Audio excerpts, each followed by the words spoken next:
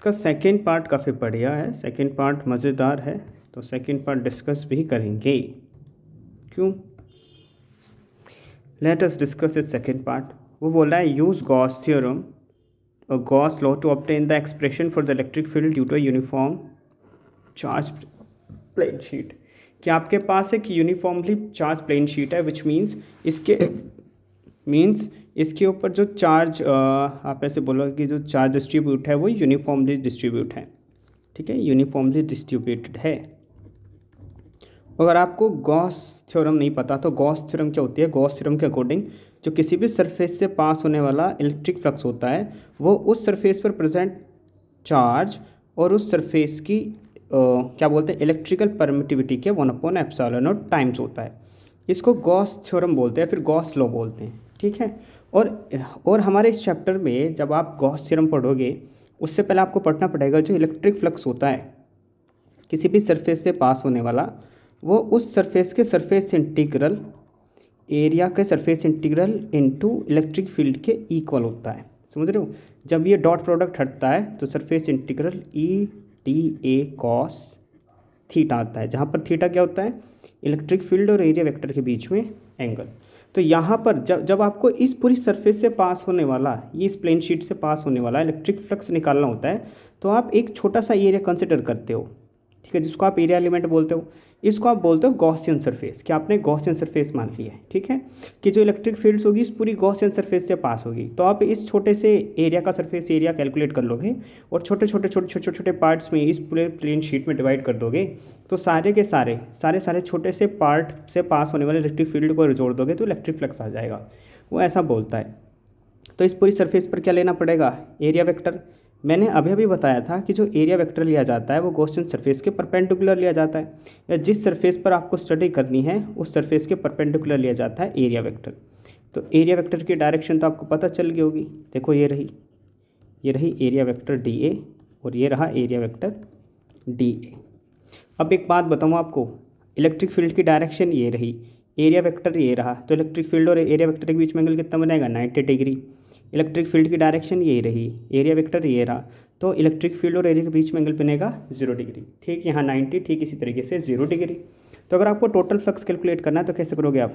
φE equals to surface integral E/dA cos theta 1, theta 1, let's say ये theta 1 है यहाँ पर एंगल, प्लस के E/dA cos theta 2, let's say ये angle है यहाँ पर थीटा 2, थीटा 1, थीटा 3 और थीटा 4।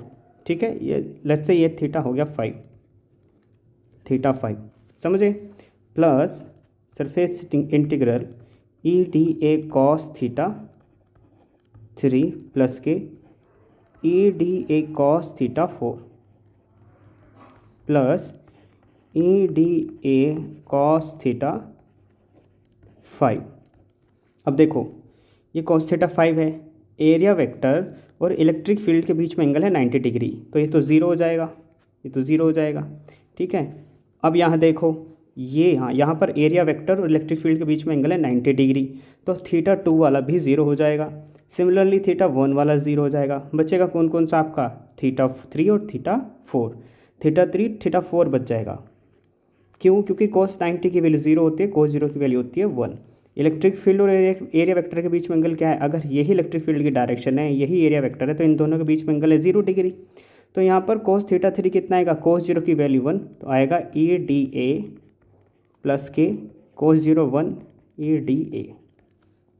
तो इलेक्ट्रिक फ्लक्स कितना बनेगा? Electric flux equals to twice of electric field into surface integral of DA। अभी हम इसके इस वाले छोटे से छुटक से एरिया का सरफेस एरिया नहीं लिख रहे, सिलेंडर का सरफेस एरिया नहीं लिख रहे, सिर्फ इसको A से रिप्रेजेंट करेंगे। पूछो क्यों? क्योंकि यहाँ पर इस वाले एक्सप्रेशन की हेल्प लेनी पड़ेगी आपको, इसलिए। तो इलेक्ट्रिक फ्लक्स कितना आएगा आपका? 2 × E × A। लेट्स से ये है क्वेश्चन नंबर 1। अब देखो आपके इंटीग्रल फॉर्मूला के अकॉर्डिंग इस पूरी सरफेस से पास होने वाला इलेक्ट्रिक फ्लक्स कितना है? इतना, ये रह गया इतना। लेकिन गॉस थ्योरम के अकॉर्डिंग इस सरफेस से पास होने वाला इलेक्ट्रिक फ्लक्स कितना होगा? Q/ε। यानी दो अलग अलग फॉर्मूले, वैल्यू सेम।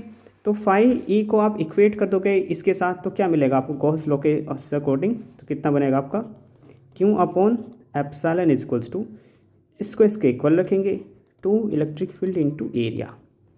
नहीं समझे आप, एरिया वेक्टर का इंटीग्रल तो एरिया ही होता है ना, ठीक है।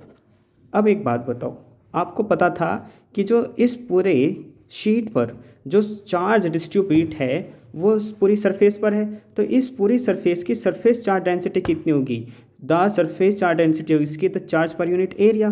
तो चार्ज पर यूनिट एरिया में चार्ज की वैल्यू कैसे निकालेंगे, sigma into A divided by epsilon into twice of electric field into A से ए ख़त्म, तो आपको इलेक्ट्रिक फील्ड का फॉर्मूला आएगा सिग्मा अपॉन 2 एप्सिलॉन नॉट। बड़ा इम्पोर्टेंट रिलेशन है ये, समझ गए।